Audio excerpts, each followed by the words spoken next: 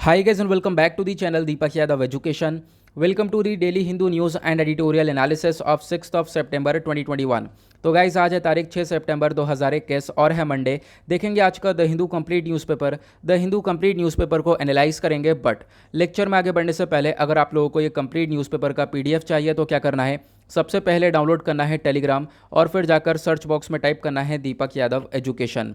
As you can see guys, आप लोगों को ये वाला चैनल मिल जाएगा, उस पर क्लिक करना और जाकर इस चैनल को ज्वाइन कर लेना। देखो, अगर आप लोगों को इस तरीके से ये चैनल नहीं मिलता है तो नीचे डिस्क्रिप्शन बॉक्स में आप सभी लोग को टेलीग्राम का लिंक दिया गया है, वो लिंक इसी चैनल का है। जैसे यहाँ पे आप उस पर क्लिक करोगे ऑटोमेटिकली ये चैनल ओपन हो जाएगा, इसको जाकर ज्वाइन कर लेना।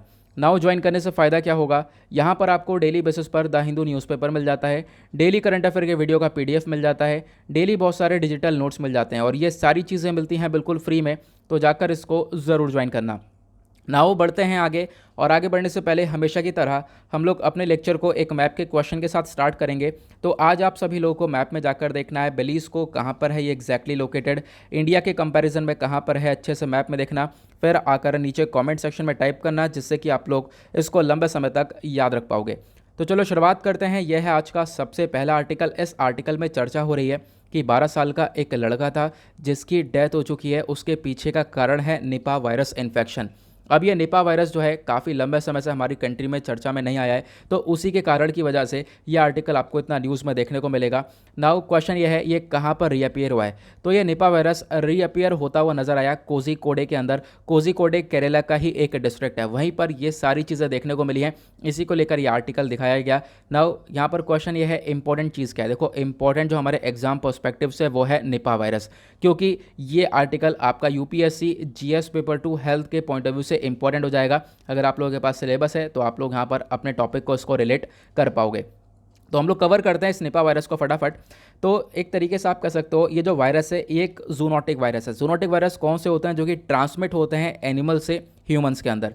अब यहाँ पर ये जो निपा वायरस है इसके पीछे का जो मेन एक ऑर्गेनिज्म है, एक मेन ऑर्गेनिज्म होता है, मेन कारण है, वो ऑर्गेनिज्म है राइबोन्यूक्लिक एसिड वायरस। कौन सी फैमिली का है, पैरामाइक्सोविरिडाई फैमिली से ये बिलोंग करता है, तो आपको ध्यान रखना है इसके बारे में। दूसरा क्वेश्चन यहाँ पर इंपॉर्टेंट ये है, ये निपा वायरस सबसे पहली बार कौन सी कंट्री के अंदर ब्रोक हुआ था, तो मलेशिया और सिंगापुर के अंदर देखने को मिला। मलेशिया के अंदर 1998 और सिंगापुर के अंदर 1999 के अंदर। ओके, उसके बाद यहाँ पर देखने को मिला जो डोमेस्टिक पिग्स होते हैं ना, सबसे पहली बार ये निपा वायरस उनके अंदर पाया गया। देन उसके बाद बहुत सारे और डोमेस्टिक एनिमल्स हो गए, dogs, cats, goats, horses, sheep, इन सब यहाँ पर एनिमल्स के अंदर देखने को मिला। ट्रांसमिशन मैंने आपको बताया ट्रांसमिट कैसे होता है, ये एक जूनोटिक वायरस है, एनिमल टू ह्यूमन ट्रांसमिट होता है, लेकिन इस डिजीज़ के पीछे जो मेन जानवर है, मेन एनिमल है, वो है फ्रूट बैट, जिसको हम लोग चमगादड़ बोलते हैं। उसके पीछे मेन रीज़न है फ्रूट बैट। तो आपको ध्यान रखना है निपा वायरस के पीछे का मेन कौन सा जानवर है, वो है फ्रूट बैट या फिर फ्लाइंग फॉक्सेस। कौन सी जीनस से बिलोंग करता है, टेरोपस जीनस से ये बिलोंग करता है। और यहाँ पर ये वाले जो एक तरीके से टेरोपस जीनस वाले चमगादड़ है ना, ये एक तरीके से रेजर्वोयर है, नेचुरल रेजर्वोयर है, इनके अंदर ये वायरस पाया ही जाता है, नेचुरली पाया जाता है। ठीक है, ये जो वायरस है ना, ये प्रेजेंट होता है इनके यूरिन के अंदर। ठीक है, इन बैट के यूरिन के अंदर होता है, इनके मल के अंदर, सलाइवे के अंदर, और जो इनका बर्थिंग फ्लूइड होता है, उन सब चीज़ों के अंदर ये वायरस प्रेजेंट होता है। तो आपको ध्यान रखना है मेन कारण कौन सा है, फ्रूट बैट। अब यहाँ पर इसके सिम्टम्स क्या है, देखो सिम्टम्स बहुत सारे हैं। इन्फेक्शन के साथ साथ फीवर, हेडेक, ड्रोजीनेस, और भी बहुत सारे mental confusion, coma, potential death, disorientation, ये सारे यहाँ पर इसके लक्षण देखने को मिल जाते हैं। अब प्रिवेंशन क्या है, दवाई क्या है। देखो, दवाई आज के टाइम पर कोई इसकी वैक्सीन नहीं है, ना ही वो ह्यूमंस के लिए ना ही वो एनिमल्स के लिए। सिर्फ आप एक तगड़ा सा एक सपोर्टिव केयर ही दिया जाता है ह्यूमंस को जो भी यहाँ पर निपा वायरस से इन्फेक्ट होता है। तो इसके बारे में आपको ध्यान रखना है। नाउ अब यहाँ पर मैं आपको कुछ और चीज़ें दिखाता हूँ। जैसे आप लोग ये वाला पिक्चर देख पा रहे होंगे, ये भी आपको टेलीग्राम पर मिल जाएगा। तो जो एक तरीके से बैट है, ये एक तरीके से जो ये फ्रूट बैट एक नेचुरल होस्ट होता है, इसके अंदर यहाँ पर निपा वायरस पाया ही जाता है, इसका यूरिन वगैरह में प्रेजेंट होता है, जैसे मैंने आपको बताया। फिर उसके बाद अगर यहाँ पर मान लो कोई फल है वो इस इन्फेक्शन से इन्फेक्टेड है, या मान लो इस बैट से इन्फेक्टेड है, और वो फल यहाँ पर इंसान ने खा लिया, तो वो उस इंसान के अंदर ये निपा वायरस फैल जाता है। फिर उसके बाद यहाँ पर इस कांटेक्ट की वजह से, यदि कि और दूसरे मतलब आप कह सकते हो ये व्यक्ति दूसरे कांटेक्ट में आ रहा है, तो दूसरे लोगों को भी यहाँ पर ये हो सकता है। तो आपको ध्यान रखना है। ठीक है, ये निपा वायरस काफ़ी ज़्यादा खतरनाक हो जाता है। और यहाँ पर कुछ सारी इंपॉर्टेंट चीज़ें जो कि मैंने अभी आप लोगों को यहाँ पर बता दी हैं।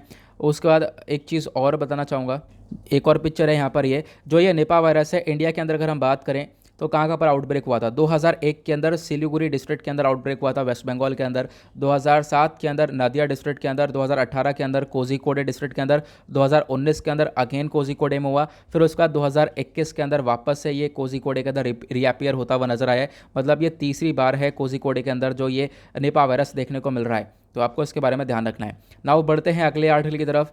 सेकंड आर्टिकल बात करता है कि जो नॉर्थ कश्मीर वाला एरिया है ना, वहाँ पर मिलिटेंट्स इंक्रीज होते हुए नजर आ रहे हैं, जो उग्रवादी लोग हैं वो काफ़ी हद तक इंक्रीज होते हुए नजर आ रहे हैं, ऐसा यहाँ पर एक स्टेटमेंट दिया गया है। और आज के टाइम पर इन सब चीज़ों को देखते हुए हम लोग को सिक्योरिटी परखनी होगी। साथ ही साथ यहाँ पे बोला गया लगभग 40 मिलिटेंट एक्टिव हैं 3 डिस्ट्रिक्ट के अंदर, और वो 3 डिस्ट्रिक्ट कौन कौन सा? एक है बारामुल्ला, दूसरा बंदीपोड़ा और तीसरा है कुपवारा। ठीक है, तो यहाँ पर आप कह सकते हो ये 3 डिस्ट्रिक्ट हैं, इनके अंदर काफ़ी बदलाव देखने को मिलेगा। 40 मिलिटेंट हैं, एक तरीके से एक्टिव मिलिटेंट यहाँ पर देखने को मिले हैं, और ये जो नंबर है ये मतलब एकदम से इंक्रीज़ हुआ है। और देखो ये जो एक ऐसा रीजन है, नॉर्थ कश्मीर वाला ऐसा रीजन है जहाँ पर पहले मिलिटेंट नहीं हुआ करते थे। ये पहली बार ऐसा हुआ है कि नॉर्थ कश्मीर वाले रीजन के अंदर मिलिटेंट एक्टिविटीज़ काफ़ी तेज़ी से इंक्रीज़ हो रही हैं compare to the south Kashmir. Southern Kashmir के अंदर काफ़ी कुछ देखने को मिला है, बट नॉर्थ कश्मीर के अंदर ऐसी चीज़ें नहीं देखने को मिलती थी, बट अभी यहाँ पर काफ़ी हद तक मिलिटेंट्स एक्टिव देखने को मिलेंगे। अभी भी जो डेटा है ना, अगर मैं बात करूँ जो लेटेस्ट डेटा है पुलिस का, वो ये बताता है 40 से 50 फॉरेन मिलिटेंट्स एक्टिव हैं नॉर्दर्न कश्मीर के अंदर। ठीक है, अब ये कहीं ना कहीं सिचुएशन कनेक्ट हो रही है कहाँ से? अफगानिस्तान से। अफगानिस्तान के अंदर जो भी आज के टाइम पर प्रॉब्लम्स क्रिएट हो रही हैं, तालिबान का कंट्रोल आ चुका है, टेररिज्म काफ़ी बढ़ चुका है, देखो उसकी वजह से आने वाले टाइम पर हमारे यहाँ भी एक तरीके से जम्मू एंड कश्मीर के अंदर भी बहुत सारी दिक्कतें देखने को मिल सकती हैं। जैसे मैं आपको पहले ही बता चुका हूँ, बहुत सारे रिपोर्ट्स बता चुकी हैं कि यहाँ पर वेपन्स वगैरह ट्रांसफ़र किए जा सकते हैं, स्मगल किए जा सकते हैं। उसके बाद बहुत सारी कंसर्न वाली चीज़ें पैदा हो सकती हैं आने वाले टाइम पर। ओके, ये सारी चीज़ें बताई गई हैं। फिर उसके बाद कितने अरेस्ट हुए, पिछले कितने रिलीज़ हुए, उनके बारे में चर्चा हो रही है, वो हमारे लिए इंपॉर्टेंट नहीं है। बट यहाँ पर एक छोटा सा आइडिया रख सकते हो कि कश्मीर के अंदर जो मिलिटेंसी है वो इंक्रीज़ थोड़ी सी होती हुई नजर आएगी, खासकर नॉर्थ कश्मीरी वाले रीजन के अंदर। अब बढ़ते हैं अगले आर्टिकल की तरफ। यहाँ पर कुछ ऐसा याद रखने वाला नहीं था, एग्जाम पर्सपेक्टिव से कुछ इतना इंपॉर्टेंट नहीं था, तो मैंने यहाँ पर ऊपर से आपको बता दिया। अब इस आर्टिकल में बात हो रही है जो लोकल पीपल हैं, सिर्फ और सिर्फ लोकल पीपल हैं लद्दाख के अंदर, उनको रेसिडेंट सर्टिफिकेट मिलेगा। अब उस रेसिडेंट सर्टिफिकेट के बहुत सारे फायदे भी हुआ करेंगे। तो लद्दाख एडमिनिस्ट्रेशन ने डिसाइड कर लिया है ये लोग रेसिडेंट सर्टिफिकेट को इशू करने वाले हैं। अब यहाँ पर किनको? जो कि एक तरीके से वहाँ के रेसिडेंट लोग हैं। ठीक है, जो परमानेंट रेसिडेंट सर्टिफिकेट होल्डर है ना, उनको यहाँ पर दिया जाएगा। लेकिन जम्मू एंड कश्मीर के अंदर सिस्टम अलग है। ठीक है, आपको पता है जम्मू एंड कश्मीर लद्दाख सब अलग अलग हो चुका है, दोनों यूनियन टेरिटरी बन चुके हैं। तो जम्मू एंड कश्मीर के अंदर अभी आपको मालूम होगा नया डोमिसाइल रूल्स लाया गया था, उसमें कोई भी आउटसाइडर, कोई भी बाहर का व्यक्ति जाकर जॉब्स के लिए अप्लाई कर सकता है, लैंड परचेज कर सकता है, ये सब अब हो चुका है। लेकिन यहाँ पर लद्दाख वाले रीजन के अंदर इन चीज़ों को थोड़ा सा रिस्ट्रिक्शन लगाई गई। यहाँ पर आप कह सकते हो जो परमानेंट रेसिडेंट होंगे वहाँ के, उनको एक तरीके से रेसिडेंट सर्टिफिकेट मिलेगा, और इस रेसिडेंट सर्टिफिकेट के बेसिस पर बहुत सारे बेनिफिट उन्हीं परमानेंट लोगों को मिलने वाले हैं, ऐसा यहाँ पे बोला गया। ठीक है, अब ये जो रेसिडेंट सर्टिफिकेट है ये इशू किया गया है जो एक कॉम्पिटेंट अथॉरिटी है लेह डिस्ट्रिक्ट और कारगिल डिस्ट्रिक्ट, उनके द्वारा। उसके बाद यहाँ पर जैसा मैंने बताया एज रिलैक्सेशन भी मिलेगा। देखो इसके फ़ायदे तो मिलेंगे प्लस एज रिलैक्सेशन भी दिया गया है। एडमिनिस्ट्रेशन ने इन्हांस कर दिया, मतलब बढ़ा दिया है। एक अपर एज लिमिट होती है गवर्नमेंट सर्विस के अंदर आने की। ठीक है, ऑब्वियसली बात है, सबकी एक लिमिट होती है कि हाँ भाई इतनी एज तक ही यहाँ पर बंदा इस सरकारी पेपर का एग्ज़ाम दे सकता है। तो अभी क्या हुआ है, लद्दाख के अंदर इस एज लिमिट को थोड़ा सा बढ़ा दिया गया है। तो अपर एज लिमिट जो है इसको इन्हांस किया रिजर्व कैटेगरी के बेसिस पर। तो यहाँ पर जो रिजर्व कैटेगरी कैंडिडेट हैं इनकी एज पहले 43 ईयर मैक्सिमम हुआ करती थी, इसको 45 कर दिया गया है। उसके बाद यहाँ पर जो जनरल कैटेगरी वाले लोग हैं, कैंडिडेट हैं, उनकी 40 एक तरीके से मैक्सिमम एज हुआ करती थी, उसको 42 कर दिया गया है। जो फिजिकली चैलेंज कैंडिडेट है उनकी 42 हुआ करती थी, उसको 44 कर दिया गया है। तो आपको ध्यान रखना है एज रिलैक्सेशन भी यहाँ पर प्रोवाइड किया गया। साथ ही साथ और क्या क्या बोला गया, जो रेसिडेंट होंगे इस यूनियन टेरिटरी ऑफ लद्दाख के, एक तरीके से वो यहाँ पर क्या होगा, जो टेम्पररी बेसिस पर होंगे। ठीक है, टेम्पररी बेसिस पर रेसिडेंट होंगे यूनियन टेरिटरी ऑफ लद्दाख के, वो यहाँ पर आप कह सकते हो एंट्री हो सकती है उनकी नॉन गैजेट पोस्ट के अंदर for appointment to all non gazetted post in any department or service of administration of Ladakh. यहाँ पर आपको ये एक स्टेटमेंट देखने को मिलेगा। ओके, तो ये कुछ चीज़ें जो कि आप लोगों को ध्यान रखना है, कुछ ज़्यादा यहाँ पर खास इतना इंपॉर्टेंस नहीं रखता है, लेकिन आने वाले टाइम पर डेफिनेटली आर्टिकल इंपॉर्टेंट हो सकता है। अब यहाँ पर लद्दाख के बारे में इतना कुछ पढ़ा है, तो मैं आपको लद्दाख के बारे में कुछ और फैक्ट्स बता देता हूँ प्रीलिम्स के पॉइंट ऑफ व्यू से। तो लद्दाख को एस्टेब्लिश किया गया as a union territory of India 31 October 2019 में इसको बनाया गया। ठीक है, आप कह सकते हो यहाँ पर Jammu and Kashmir reorganisation act के थ्रू यहाँ पर इसको इनेक्ट किया गया था, आपको ध्यान रखना है। उसके बाद इससे पहले यहाँ पर क्या हुआ करता था, लद्दाख जो है जम्मू एंड कश्मीर का ही पार्ट हुआ करता था, आप सभी लोगों को मालूम होगा, जैसा हमने अभी डिस्कस भी किया है। और एक तरीके से एक लार्जेस्ट और second least populace union territory है इंडिया की, मतलब एक ऐसी यूनियन टेरिटरी जो कि साइज़ में सबसे बड़ी है, प्लस पॉपुलस की अगर हम बात करें पॉपुलेशन की तो मतलब सेकंड नंबर पर, सेकंड लिस्ट सबसे कम यहाँ पर एक तरीके से पॉपुलस यहाँ पे यूनियन टेरिटरी ये देखने को मिलेगी। उसके बाद सियाचिन ग्लेशियर जो काराकोरम रेंज में है, वहाँ से ये एक तरीके से पूरा का पूरा लद्दाख शुरू होता है, ये फैलता है कहाँ से, जैसे मैंने आपको बताया सियाचिन ग्लेशियर से जो ग्रेट हिमालयाज़ है वहाँ तक। उसके बाद जो इसका ईस्टर्न एंड है वहाँ पे आपको अक्साई चीन वाला प्लेन देखने को मिल जाएगा, जो कि एक तरीके से चाइना के द्वारा कंट्रोल किया जा रहा है, और चाइना उसको 1962 से ही कंट्रोल कर रहा है। लद्दाख के अंदर जो सबसे बड़ा टाउन है वो एक तरीके से आप कह सकते हो लेह देखने को मिलेगा, उसके बाद कारगिल देखने को मिलेगा। आपको ध्यान रखना है लेह डिस्ट्रिक्ट के अंदर आपको बहुत सारी रिवर वैलीज पाई जाती हैं, जैसे कि इंदस, श्योक, नुब्रा। कारगिल डिस्ट्रिक्ट के अंदर सुरू, द्रास, जंस्कर रिवर वैली देखने को मिलती है। उसके बाद यहाँ पर डिस्कशन किया गया साल 2020 के अंदर इंडिया चाइना के बीच में कॉन्फ्लिक्ट रहा है, वहीं पर उसी वाले रीजन के अंदर जो पैंगोंग सो वाला एरिया है, LAC है, वहीं पर काफ़ी हद तक जो है प्रॉब्लम्स क्रिएट रही हैं लगभग 1 साल तक। ठीक है, ये सारी चीज़ें बताई गई। मैं भी आपको मैप में दिखा देता हूँ कहाँ पर एग्जैक्टली बात हो रही है। तो ये आप लोग मैप देख पा रहे होंगे, एग्जैक्टली ये जम्मू एंड कश्मीर इधर है, इधर आपको लद्दाख देखने को मिलेगा। अब यहाँ पर क्या है, ये कारगिल वाला एरिया सबसे बड़ा है, यहाँ का लेह डिस्ट्रिक्ट सबसे बड़ा हो जाएगा। देन उसके बाद यहाँ पर पेंगोंग सो वाला जो एरिया है, यहाँ पर काफ़ी हद तक डिस्प्यूट क्रिएट हुए हैं, ये आपको LAC देखने को मिलेगा। यहाँ पर डिस्प्यूट क्रिएट हुए हैं इंडिया और पाकिस्तान, सॉरी इंडिया और चाइना के बीच में, ये आपको ध्यान रखना है। इधर अक्साई चीन वाला एरिया है जो कि पूरा का पूरा ये चाइना के कब्जे में है, 1962 से चाइना ने अपने इसको कब्जे में कर रखा है। आई होप आपको ये क्लियर हो गया होगा। कुछ फैक्ट्स हैं इंपॉर्टेंट हो जाते हैं तो इसके बारे में भी ध्यान रखना है। नाउ बढ़ेंगे आगे। नाउ उसके बाद यहाँ पर एक आर्टिकल दे रखा है states warn of aggressive infiltration. देखो आज के टाइम पर जो सेंट्रल एजेंसी है उन्होंने बोल दिया है कि जो बहुत सारे ट्रेंड मिलिटेंट्स हैं, उग्रवादी लोग हैं अफगानिस्तान से, वो सब जम्मू एंड कश्मीर की तरफ पेनिट्रेट कर सकते हैं, जम्मू एंड कश्मीर की तरफ आ सकते हैं। ठीक है, जैसा मैंने अभी आप लोगों को अभी पेज नंबर 1 पे बताया था। तो जो अभी टेररिज्म है ना, इसका खतरा इंडिया के अंदर थोड़ा सा ज़्यादा बढ़ता हुआ नजर आएगा, उसके बारे में चर्चा की गई है, क्योंकि अफगानिस्तान के अंदर जो सिनेरियो है वो पूरी तरह से पलट चुका है। ठीक है, अब वहाँ पर सिक्योरिटी सिस्टम इतना देखने को मिलेगा नहीं, प्लस उसके बाद बहुत सारे टेररिस्ट ऑर्गेनाइजेशन है, Islamic state of Khorasan province, लश्कर ए तैयबा, जैश ए मोहम्मद, इन सब का शुरू से ही टारगेट रहा है। ये लोग चाहते हैं जम्मू एंड कश्मीर के अंदर बार बार टारगेट बनाना।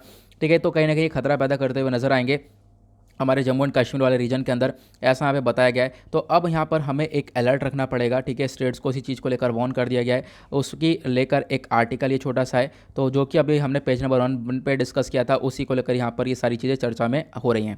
उसके बाद बोला गया इंडिया के अंदर ड्रग स्मगल वगैरह भी काफ़ी ज़्यादा देखने को मिलता है, ड्रग्स वगैरह की स्मगलिंग बहुत ज़्यादा होती है। क्यों? क्योंकि अफगानिस्तान खुद जो है ना, ये एक ऐसी कंट्री है जो कि गोल्डन क्रीसेंट के अंदर आती है। अब क्वेश्चन ये है गोल्डन क्रीसेंट क्या है, क्योंकि आपको पता होगा इंडिया जो है एक सैंडविच की तरह बीच में आ जाता है, एक तरफ गोल्डन क्रीसेंट पड़ जाता है और दूसरी तरफ गोल्डन ट्रायंगल पड़ता है, और बीच में जो है इंडिया आ जाता है। तो इनके बीच में पिस जाता है ड्रग स्मगलिंग को लेकर, और ड्रग्स जो है काफ़ी ज़्यादा स्मगल किया जाता है भारत के अंदर भी। अब ये क्या है मुद्दा, इसको हम लोग समझते हैं थोड़ा सा, ये इंपॉर्टेंट है, आपसे क्वेश्चन बन सकता है यहाँ पर, इसके बारे में ध्यान रखना है। ये आप वर्ल्ड मैप देख पा रहे होंगे, ये है हमारा महान भारत। उसके बाद यहाँ पर आप लोग देख पाओगे इधर गोल्डन ट्रायंगल है, गोल्डन ट्रायंगल के अंदर आपको 4 कंट्रीज देखने को मिलेंगी, वियतनाम, लाओस, थाईलैंड और बर्मा। उसके बाद यहाँ पर मतलब इधर म्यांमार, बर्मा मतलब म्यांमार, इधर यहाँ पर आपको गोल्डन क्रीसेंट के अंदर अफगानिस्तान, पाकिस्तान और ईरान। अब आप कहोगे ये 9 कंट्रीज़ कौन सी हैं, मतलब ये जितने भी आप कह सकते हो ये कंट्रीज़ हैं, 7-8 कंट्रीज़, ये कौन सी कंट्रीज़ हैं? तो ये कंट्रीज़ वो हैं जहाँ पर ओपीएम का प्रोडक्शन होता है, ड्रग्स काफ़ी ज़्यादा है, और ड्रग्स की स्मगलिंग यहाँ से इंडिया के अंदर भी होती है, तो इंडिया भी इनके बीच में पिस जाता है। अफगानिस्तान के अंदर जो ओपीएम है, जिसको अफीम बोलते हैं, वो सबसे ज़्यादा प्रोडक्शन होता है। म्यांमार के अंदर आप कह सकते हो दुनिया भर में सबसे ज़्यादा सबसे ज़्यादा प्रोडक्शन होता है। तो इन चीज़ों की वजह से इंडिया भी यहाँ पर बीच में आ जाता है। तो आपको ध्यान रखना है, आपसे कॉन्सेप्ट पूछा जा सकता है गोल्डन क्रीसेंट या गोल्डन ट्रायंगल क्या है, तो इसके बारे में आपको ध्यान रखना है। ओके, एक इंपॉर्टेंट और अलग से चीज़ थी, तो इसके बारे में छोटा सा आइडिया ज़रूर रखना। एक आर्टिकल आपको ये देखने को मिलेगा, यहाँ पर हमारे प्रेसिडेंट जो है रामनाथ कोविंद जी बोलते हैं a good teacher is a nation builder. एक अच्छा जो है अध्यापक कौन है? एक नेशन बिल्डर है, नेशन को बनाने वाला व्यक्ति है। और इसी चीज़ को देखते हुए हमारे प्रेसिडेंट ने लगभग नेशनल टीचर्स अवार्ड्स दिए हैं लगभग 44% को। तो आपको ध्यान रखना है 44% को यहाँ पर ये अवार्ड कन्फर किया गया है। उसको लेकर एक छोटा सा आर्टिकल दिया गया, क्योंकि कल 5 सितंबर था और कल टीचर्स डे था। ठीक है, अब यहाँ पे बोला गया जो टीचर्स हैं should pay special attention to the fact यहाँ पर कि हर एक स्टूडेंट होता है, उसके हर एक स्टूडेंट अलग अलग होता है, अलग अलग एबिलिटीज़ होती हैं, टैलेंट होता है, साइकोलॉजी सब अलग होता है, सोशल बैकग्राउंड अलग होता है, एनवायरमेंट अलग होता है। तो यहाँ पर टीचर्स को एक स्पेशल अटेंशन देना होता है, अटेंशन देना भी चाहिए हर एक बच्चे के ऊपर, ऐसा बोला गया। प्लस मल्टीपल रोल्स होते हैं, डेडिकेशन देखने को मिलता है, ये सारी चीज़ें हैं। और इन्हीं चीज़ को बेसिस पर जो हमारे प्रेसिडेंट है उन्होंने लगभग 44 यानी 44 अवार्ड्स यहाँ पर अनाउंस करे हैं। तो इसके बारे में भी ये नहीं पता किस किस को अवार्ड अनाउंस करे गए। ठीक है, तो यहाँ पे आपको इसके बारे में एक छोटा सा आइडिया रख सकते हो। फिलहाल कोई एग्जाम पर्सपेक्टिव से इतना कुछ इंपॉर्टेंट यहाँ पर देखने को नहीं मिलेगा। जहाँ एग्जाम पर्सपेक्टिव से इंपॉर्टेंट होगा डेफिनेटली वहाँ पे हम लोग बात करने वाले हैं। उसके बाद एक आर्टिकल ये देखने को मिलेगा, यहाँ पर चर्चा हो रही है supreme court firm but friendly with government. अब देखो यहाँ पर क्या चर्चा है। आपको मालूम होगा अभी हाल ही में जो है सुप्रीम कोर्ट के अंदर काफ़ी सारे जजेस को अपॉइंट किया गया है। ठीक है, अब जजेस को अपॉइंट कैसे करते हैं?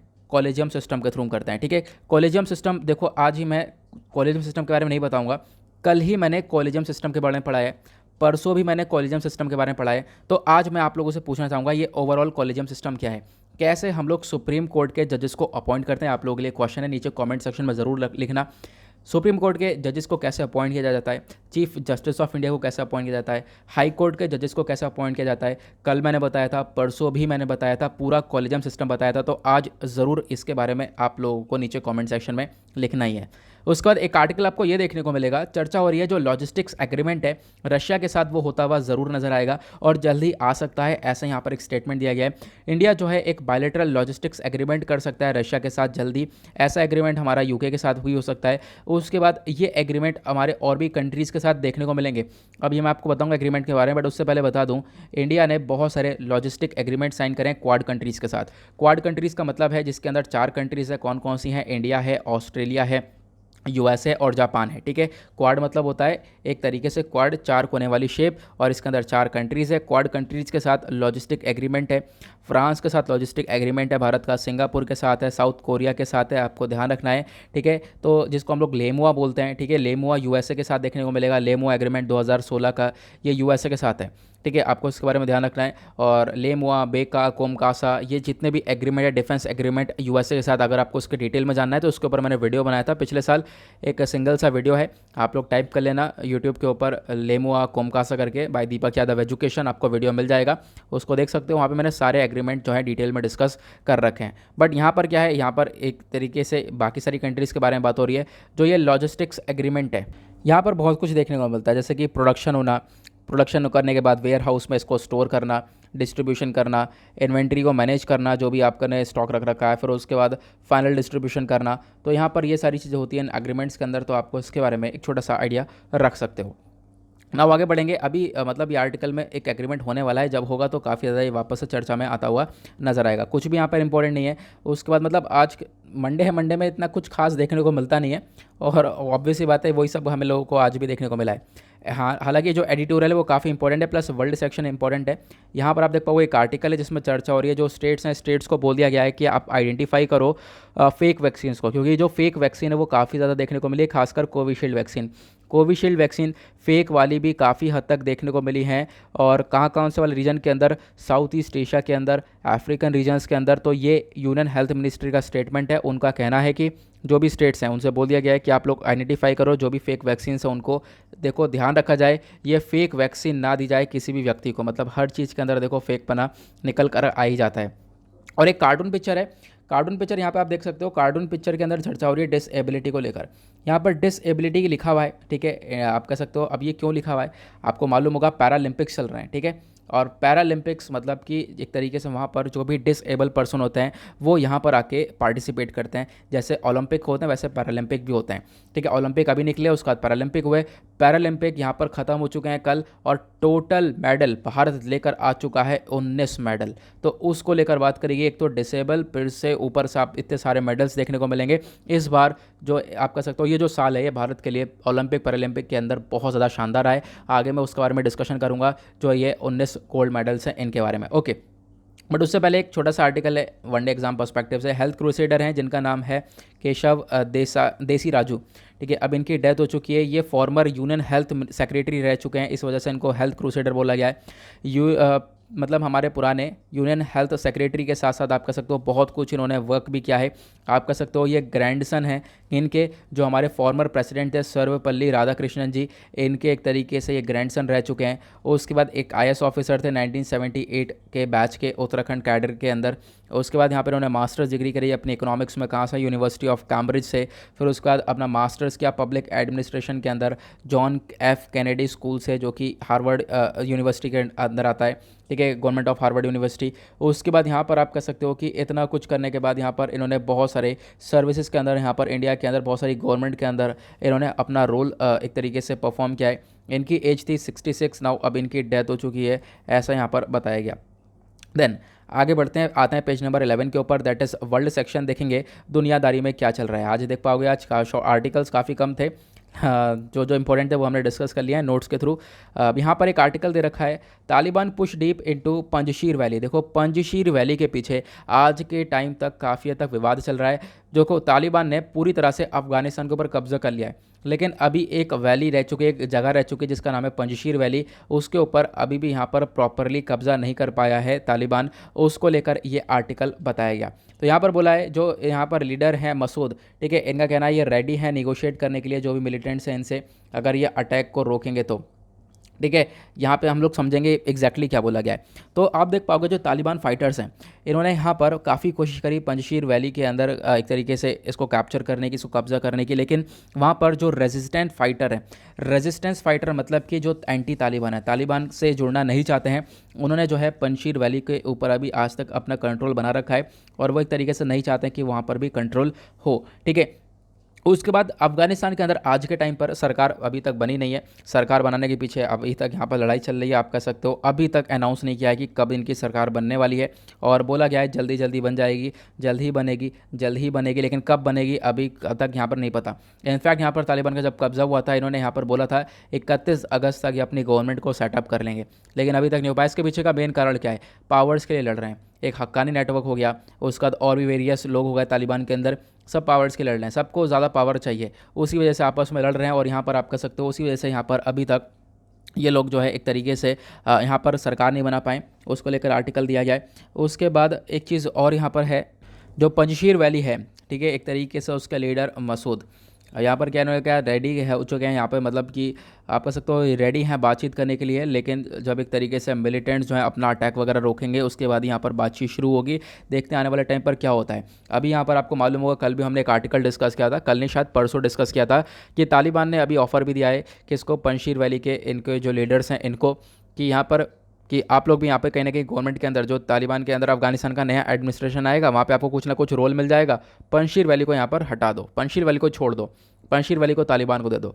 तो अब क्या है, यहाँ पर देखते हैं आने वाले टाइम पर कैसे यहाँ पर कब्जा करता है ये है तालिबान। और तालिबान का तो कहना ये है, देखो बहुत सारी रिपोर्ट्स, कल भी हमने एक रिपोर्ट डिस्कस करी थी, फिर उसके बाद एक दूसरी रिपोर्ट ये भी डिस्कस करी थी। देखो बहुत सारी रिपोर्ट्स ये बताती हैं कि तालिबान ने कैप्चर कर लिया है पंजशीर वैली को, लेकिन बहुत सारी रिपोर्ट्स ये बताती हैं कि अभी तक कोई भी कैप्चरिंग नहीं हुई है। कल ही हमने इसके बारे में डिस्कशन किया था, तालिबान कह रहा था कि हम लोगों ने अब यहाँ पर कब्जा कर लिया है, अपने लोग फैला दिए हैं, ये सब कुछ हो चुका है। लेकिन यहाँ पर दूसरी तरफ जो पंजशीर के लीडर है, वो यहाँ पर बोल रहे हैं कि एक तरीके से अभी तक कोई कब्जा नहीं हुआ है, इसके ऊपर अभी तक हमारे कंट्रोल में है ये पूरी की पूरी पंजशीर वैली। मैं आपको मैप में दिखा देता हूँ पंजशीर वैली कहाँ पर है, काफ़ी चर्चा में है, तो आपको मैप में ही पता होना चाहिए। तो ये अफगानिस्तान का मैप आपको देखने को मिलेगा। उसके बाद ये जो ऊपर की साइड है, आपको ये काबुल देखने को मिल जाएगा। काबुल अफगानिस्तान की कैपिटल ही है। इसको 15 अगस्त को कब्जाया गया तालिबान के द्वारा, आपको मालूम होगा। उसके बाद यहाँ पर आप कह सकते हो कि पूरा का पूरा अफगानिस्तान के ऊपर कंट्रोल हुआ। उसके बाद जो है वहाँ के प्रेसिडेंट अशरफ गनी ये सब भाग गए। उसके बाद काबुल से ऊपर आप देख पाओगे, यहाँ पर कुछ दूरी पर पंजशीर वैली आपको ये देखने को मिल जाएगी। यहाँ पर एग्जैक्टली जो ये वाला रीजन है ना, ये वाला रीजन जो थोड़ा सा बताया गया है, मैं आपको थोड़ा सा ड्रॉ करके दिखा देता हूँ। यहाँ पर ये है पंजशीर वैली वाला रीजन, ठीक है। यहाँ पर एक तरीके से अभी तक कंट्रोल नहीं कर पाया, तो इसी को लेकर ये चर्चा हो रही है अभी तक। ओके, नाउ बढ़ते हैं आगे और देखते हैं अगला आर्टिकल क्या है।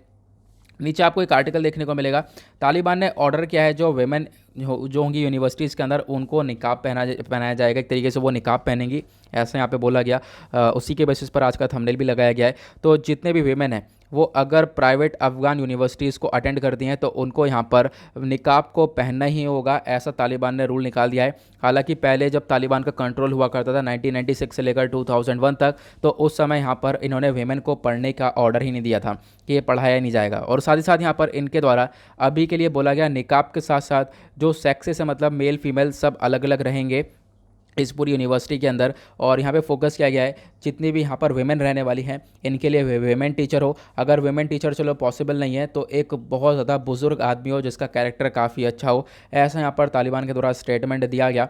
और साथ ही साथ यहाँ पे बोला गया जो गर्ल्स और वेमेंस होंगी वो मोस्टली एजुकेशन सिस्टम से पहले तो हटा दी जाती थी, पहले एक्सक्लूड करी जाती थी, लेकिन अभी एजुकेशन सिस्टम के अंदर इनको अलाउ किया गया है। लेकिन अभी यहाँ पर निकाब भी अलाउ किया जाएगा, और निकाब के साथ साथ यहाँ पर दूसरी चीज़ ये होगा जो फीमेल होंगी और मेल होंगे अलग रखे जाएंगे, फीमेल अलग होंगी, फीमेल स्टूडेंट्स के लिए फीमेल टीचर्स होंगे, ऐसा यहाँ पर तालिबान के द्वारा ये स्टेटमेंट है। ओके, इसी के बेसिस पर आज का मैंने थंबनेल भी बना दिया था। उसके बाद एक आर्टिकल आपको ये देखने को मिल जाएगा, ये यूनाइटेड अरब एमिरेट है, एक तरीके से उन्होंने अनवील किया नया वीज़ा इन्वेस्टमेंट प्लान। अब क्या है, ये नया वीज़ा ला रहे हैं। अब आप कह सकते हो नया वीज़ा क्यों दे रहे हैं, ताकि जो ज़्यादा से ज़्यादा स्किल्ड वर्कर्स को अपने यहाँ बुला सकें, ज़्यादा से ज़्यादा काम ऐसे लोग जो कि पढ़े लिखे हों और सऊदी अरेबिया के लिए यूएई के लिए यहाँ पर कंट्रीब्यूट करें। तो यहाँ पर इसी के बेसिस पर आप कह सकते हो यूएई के लिए कंट्रीब्यूट करने के लिए नया वीज़ा लेकर आ रहे हैं। देखो इनको खुद पता है तेल पर डिपेंडेंट है ये सब लोग, तेल जैसे जैसे ख़त्म होना चालू होगा उसके बाद क्या होगा, इनकी हालत भी बुरी हो जाएगी। तेल की वजह से यहाँ पर आज के टाइम पर ये सब लोग यहाँ तक पहुँच चुके हैं, सऊदी अरेबिया, यूएई और भी वेरियस जो अरब नेशंस हैं वो सब। अब क्या है, इन्हें पता है कि हम लोगों को कुछ और भी करना पड़ेगा, अपनी इकोनॉमी को दूसरी चीज़ के ऊपर डिपेंडेंट करना पड़ेगा। तो ये चाहते हैं ज़्यादा से ज़्यादा इन्वेस्टमेंट हो, ज़्यादा से ज़्यादा लोग पढ़े लिखे आएँ, ज़्यादा से ज़्यादा स्किल्ड वर्कर्स यहाँ पर आएँ। तो उसी के बेसिस पर आप कह सकते हो ये लोग वीज़ा वगैरह निकालते हुए नजर आएंगे। ठीक है, अब यहाँ पर ग्रीन वीज़ा दिया गया है, स्किल्ड वर्कर्स के लिए अलाउ किया गया है more time to find jobs यहाँ पर। उसके बाद बोला गया कि आज के टाइम पर इनका फोकस है कि देखो ज़्यादा से ज़्यादा जो है अपनी इकोनॉमी के अंदर कंट्रीब्यूट करना। लगभग इन्होंने बोला है 2030 तक 150 बिलियन डॉलर तक यहाँ पर ये कंट्रीब्यूशन करने वाले हैं अपने इकोनॉमी के अंदर। ठीक है, इतना अमाउंट डालने वाले हैं, ऐसा यहाँ पर इनका कहना है। देन उसके बाद और भी आप कह सकते हो कि आने वाले टाइम पर देखो इनकी जो इकॉनमी है वो ऑयल डिपेंडेंट है सबसे ज़्यादा, वो यहाँ पर कहीं ना कहीं कमज़ोर होती हुई नज़र आएगी आने वाले टाइम पर। तो इसके बेसिस पर पहले से ये लोग तैयारी करते हुए चलेंगे, तैयारी करते हुए चल भी रहे हैं, और यहाँ पर इन्वेस्टमेंट प्लान्स वगैरह भी अलग तरीके से चलाए जा रहे हैं। साथ ही साथ फोकस किया जा रहा है ज़्यादा से ज़्यादा स्किल्ड वर्कर्स को, जो पढ़े लिखे लोग हैं दुनिया भर से, उनको बटोरा जाए और यहाँ पर लाया जाए, और वो सब इनकी इकोनॉमी के अंदर कंट्रीब्यूट करते हुए नज़र आएँ। तो इसको लेकर यहाँ पर एक छोटी सी इन्फॉर्मेशन आपको देखने को मिल जाएगी। ओके, नाउ आज मंडे है, तो मंडे में जो है आप कह सकते हो बिजनेस सेक्शन वाला पेपर नहीं आता है इकोनॉमी पर्सपेक्टिव से, तो उसको आप लोग यहाँ पर छोड़ सकते हो। यहाँ पे एक आर्टिकल है स्पोर्ट्स सेक्शन पर जिसके बारे में मैंने अभी आपको बताया कि इंडिया के पास लगभग पैरालंपिक के अंदर 19 यहाँ पर मेडल्स आए हैं, और 19 मेडल के साथ साथ इंडिया की जो रैंक है वो हो चुकी है 24th। ठीक है, पैरालंपिक के अंदर इंडिया जो है 24th नंबर पर आ चुका है। एक टाइम पर इंडिया के पास एक तरीके से जो मेडल आ रहे थे, कभी एक बार इंडिया 1 मेडल लेकर आया है, दूसरी बार लगभग यहाँ पर आप कह सकते हो 4 मेडल लेकर आए, लेकिन अब की बार जो ये गोल्डन ईयर रहा है 19 मेडल यहाँ पर भारत के लिए आए हैं। 19 मेडल के अंदर बहुत सारी कैटेगरीज़ के अंदर अलग अलग मेडल्स हम लोग को यहाँ पर ये देखने को मिले, बहुत सारे पर्सनैलिटीज़ के यहाँ पर आपको नाम दिए गए हैं, तो इसके बारे में आप देख सकते हो। ठीक है, अभी ये आर्टिकल ना बिल्कुल सेम आर्टिकल एडिटोरियल पर भी है, सभी जगह पर इन आर्टिकल्स को कवर किया गया है, तो आप लोग यहाँ पर इसके बारे में एक छोटा सा आइडिया रख सकते हो कि अब यहाँ पर पैरालंपिक के अंदर 24th लेवल पर फिनिश किया है भारत ने, कल यहाँ पर ये पैरालंपिक खत्म हो चुके हैं। चलते हैं एडिटोरियल, नव आते हैं पेज नंबर 6 के ऊपर, दैट इज़ एडिटोरियल सेक्शन। यहाँ पे एक आर्टिकल आपको देखने को मिल जाएगा अफगानिस्तान तालिबान को लेकर, इसके बारे में जो भी इंपॉर्टेंट चीज़ें यहाँ पे हम लोग इसको डिस्कस करने की कोशिश करेंगे। एक ऑथर हैं हैप्पीमन जैकब, इनका नाम है। ये कौन है, तो एक एसोसिएट ऑफिसर हैं इंटरनेशनल पॉलिटिक्स के। ठीक है, तो यहाँ पर इनके बारे में थोड़ी बहुत हम लोग जानकारी लेंगे इस आर्टिकल के बारे में। उसके बाद यहाँ पर एक आर्टिकल है ओलंपिक्स को लेकर, इसके बारे में आपको एक छोटा सा ओवरव्यू देने वाला हूँ। यहाँ पर एक आर्टिकल देखने को मिल जाएगा आज का बहुत ज़्यादा इंपॉर्टेंट आर्टिकल जुडिशल रोल को लेकर, जो भी हमारा लेजिस्लेचर है, जो लॉज बनाते हैं, ठीक है, कानून बनाए जाते हैं, उसके अंदर जुडिशल रोल का एक इंपॉर्टेंट रोल प्ले किया जा सकता है। मैं आपको सारे प्रोज कॉन्स सब चीज़ें यहाँ पर डिस्कस करने की कोशिश करूँगा। तो आज मंडे है, ये रीडर एडिटर है, यहाँ पर आप लोग इसको छोड़ सकते हो, यह हमारे लिए इंपॉर्टेंट नहीं होता है, इसको छोड़ना ही होता है। उसके बाद यहाँ पर आपको एक आर्टिकल देखने को मिल जाएगा नीचे की साइड, ये है नेशनल मोनेटाइजेशन पाइपलाइन को लेकर। तो नेशनल मोनेटाइजेशन पाइपलाइन आपको मालूम ही होगा एग्जैक्टली क्या है, उसके बेसिस पर हम लोग यहाँ पर इस आर्टिकल को डिस्कस करने की कोशिश करेंगे। यहाँ पर एक छोटा सा ओवरव्यू लेंगे। ओके, नाउ अब यहाँ पर हम लोग समझते हैं, सबसे पहले चलो हम लोग इसको ही डिस्कस कर लेते हैं, नेशनल मोनेटाइजेशन पाइपलाइन वाले को, फिर उसके बाद आगे बढ़ते रहेंगे। तो national monetisation pipeline NMP exactly क्या है, जल्दी जल्दी डिस्कस करते हैं। तो एनएमपी आपको मालूम होगा, अभी सरकार हाल ही में यहाँ पर हमारी गवर्नमेंट ने नेशनल मोनेटाइजेशन पाइपलाइन को अनाउंस किया है। अब जो ये पाइपलाइन है बेसिकली इसका जो मेन फोकस होने वाला है कि ये सरकार को ज़्यादा से ज़्यादा पैसा जनरेट करना है, पैसा कमाना है। वो कैसे बेसिस पर कमाना है, उससे पहले मैं आपको बता दूँ, सरकार ने गोल सेट कर रखा है आने वाले 4 साल के अंदर 6 लाख करोड़ रुपए गवर्नमेंट कमाने वाली है। लेकिन वो किस प्रकार से कमाएगी, अपने जितने भी एसेट्स हैं उनको बेचकर, लेकिन फिक्स पीरियड ऑफ टाइम के लिए, कुछ समय के लिए यहाँ पर उनको बेचा जाएगा, जो कि एग्जैक्टली यहाँ पे आपको आर्टिकल के अंदर मेंशन देखने को मिल जाएगा। ओके, तो मैं भी आपको समझाता हूं कि ये किस प्रकार से चीज़ें चलने वाली हैं। तो यहाँ पर हम लोग समझेंगे गवर्नमेंट क्या करेगी, सेल करेगी अपने एसेट्स को ताकि वो 6 लाख करोड़ रुपए कमा सके आने वाले 4 साल में। मान लो यहाँ पर देखो गवर्नमेंट एसेट्स क्या हैं, सरकार के पास बहुत सारे एसेट हैं, नेशनल हाईवे है, रेलवे एसेट है, पावर ग्रिड्स है, natural gas pipeline, BPCL, telecom, airports, ports, warehouse, mining. तो ये सब यहाँ पर गवर्नमेंट के पास भी है, सरकार के बहुत सारे एसेट्स पूंजी देखने को मिलेगी। अब ये सब क्या है, अब कहीं ना कहीं यूज़ इनका हो ही नहीं रहा है, तो सरकार ने सोचा कि इनको हम लोग प्राइवेट सेक्टर को थोड़े टाइम के लिए दे देंगे।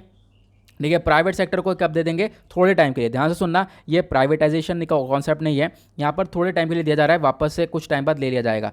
तो यहाँ पर कुछ टाइम के बेचने के लिए बात की गई है, जैसे आप किराए की बात कर सकते हो ना, किराए पर दिया जाता है, उसी प्रकार से। तो यहाँ पर गवर्नमेंट ने डिसाइड किया, मान लो एग्जाम्पल लेते हैं हाईवे का बेस्ट एग्जाम्पल है, मान लो कोई हाईवे हो गया।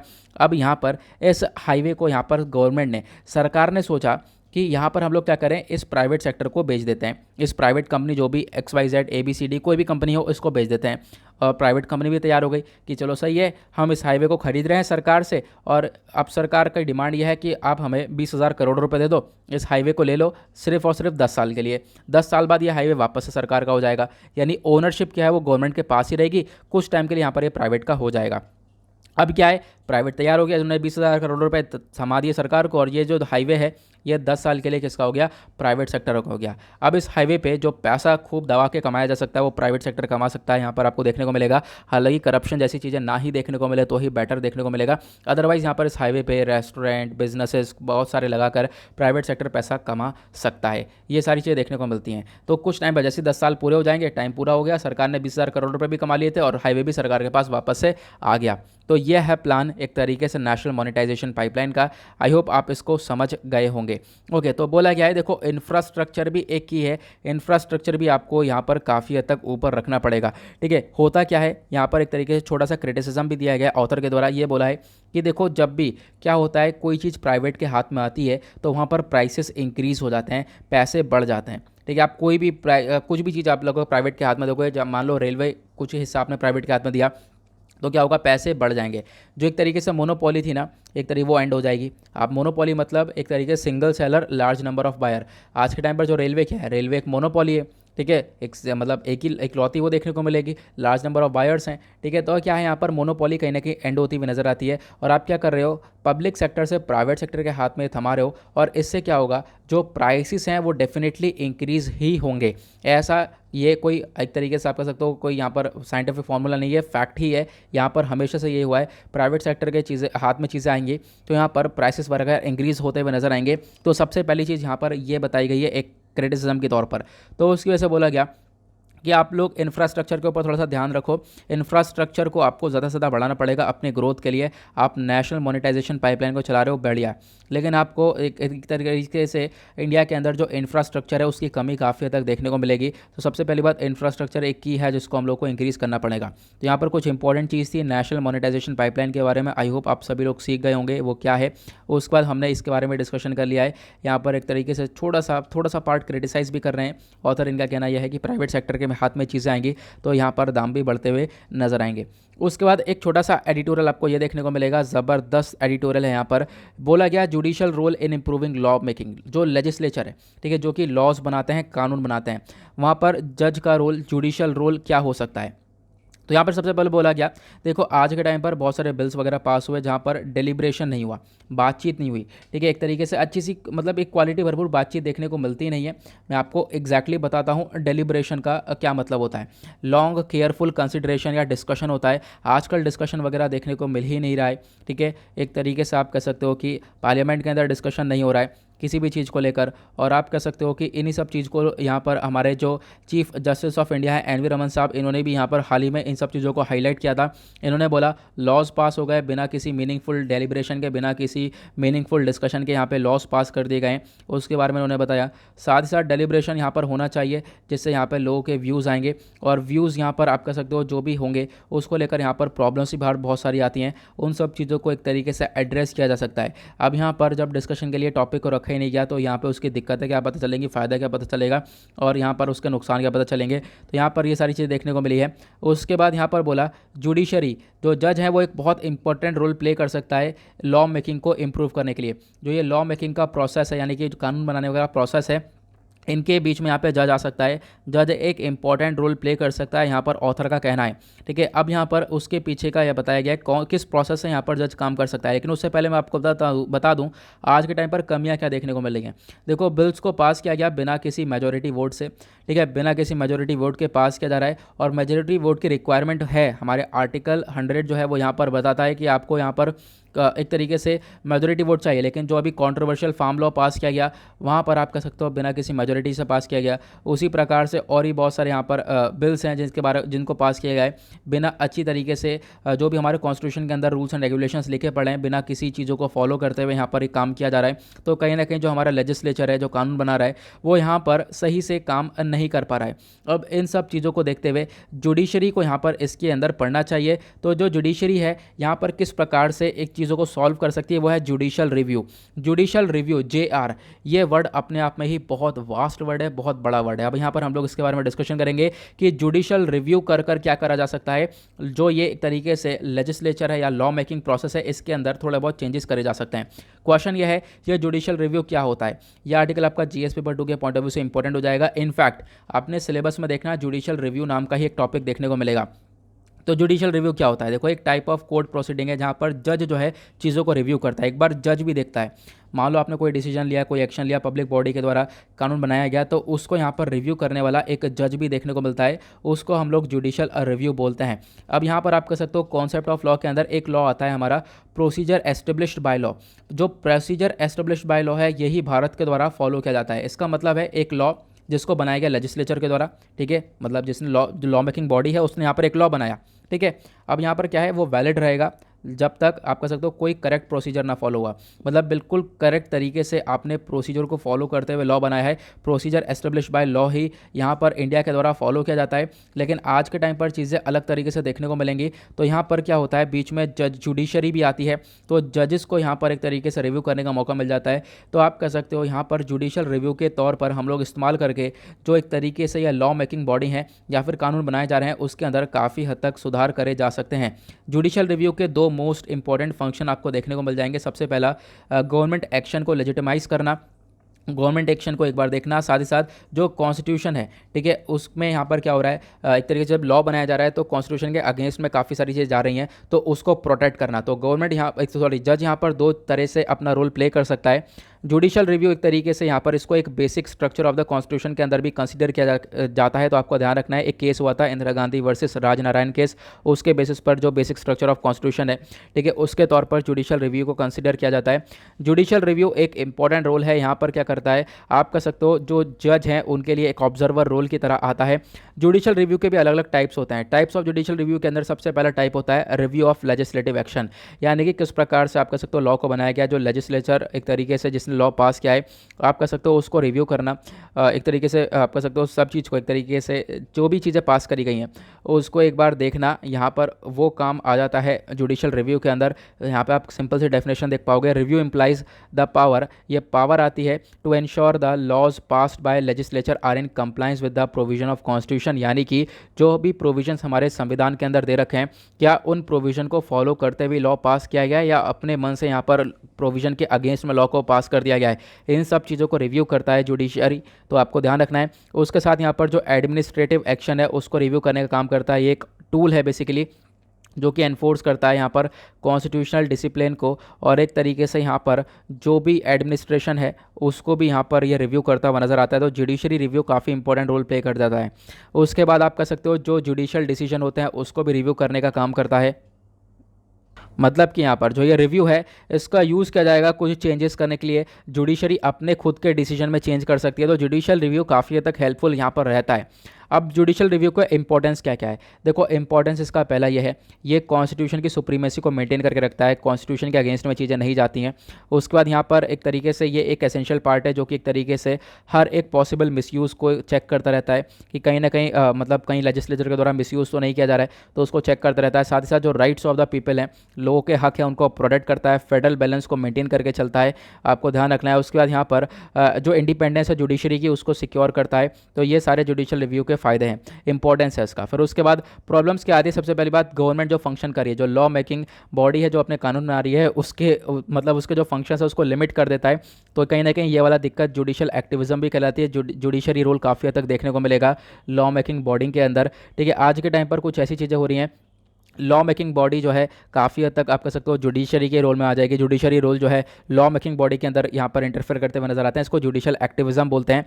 तो यहाँ पे अगर आप कह सकते हो कि सेपरेशन ऑफ पावर्स डिफाइन कर रखी हैं, सेपरेशन ऑफ पावर्स जो है कभी कभी प्रॉपरली फॉलो नहीं होती हैं। जब यहाँ पर जुडिशरी जो है ज़्यादा इन्वॉल्व हो जाती है लॉ मेकिंग के अंदर, तो यहाँ पर जो सेपरेशन ऑफ पावर डिफाइन है प्रॉपरली, वो यहाँ पर फॉलो होती हुई नहीं नजर आती हैं, क्योंकि लॉ मेकिंग बॉडी का काम अलग है, उनका कानून बनाने का अलग काम है और जज का काम अलग है, तो इनकी सेपरेशन ऑफ पावर्स अलग डिफाइन करी गई हैं।